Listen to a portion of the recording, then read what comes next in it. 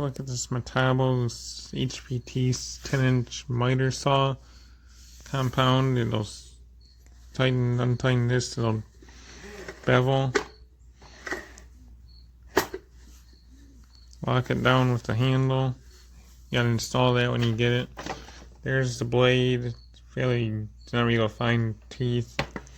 Extended fence. You can't really do a miter with this up like this. I'm not sure what the application for that piece is like that. Just something taller. But anyways, if you want to do a miter this way, you gotta, that's in the way, so you gotta flip this out. And this thing's kind of short, honestly, when this thing's like this. You don't have a whole lot of play there. And this thing's over here. You gotta take that screw out there, put it over here, because it doesn't come with two for some reason. And you can't really use this one because the motor's gonna hit it, as you can see there. It's got a bracket in the back to hang it on. That was not even in the manual, it just came with it. I had to look up the service manual to figure out what that part was for. And this lever back here locks it, but I think it's got to turn, yeah, it's got to turn like counterclockwise to lock it. And safety in here is this thing here. Okay, turn on the LED light.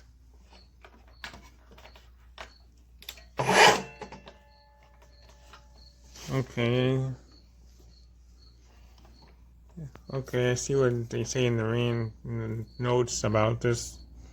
The LED lights are on each side of the blade, so it casts a shadow of the blade where you're going to cut it, I guess.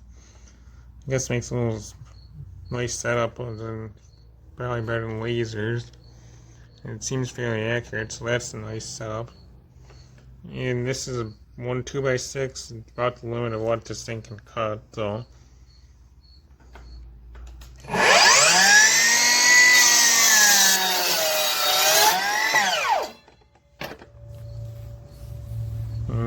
There's a piece that cut.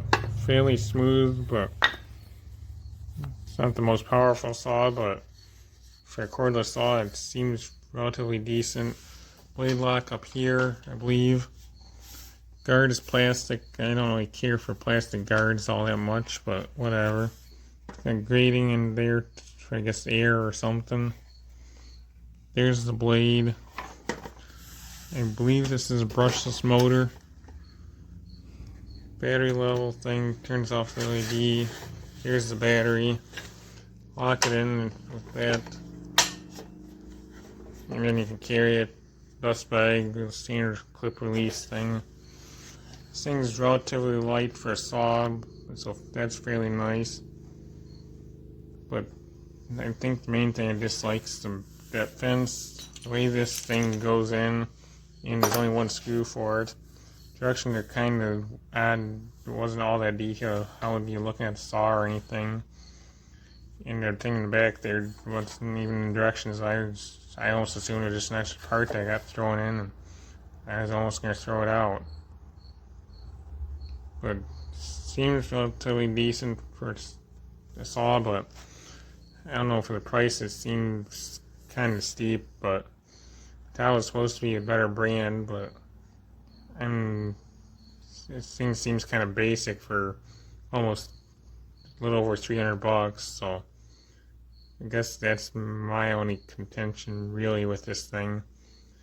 And I think the fence should be longer over here or something so that you can use it either way.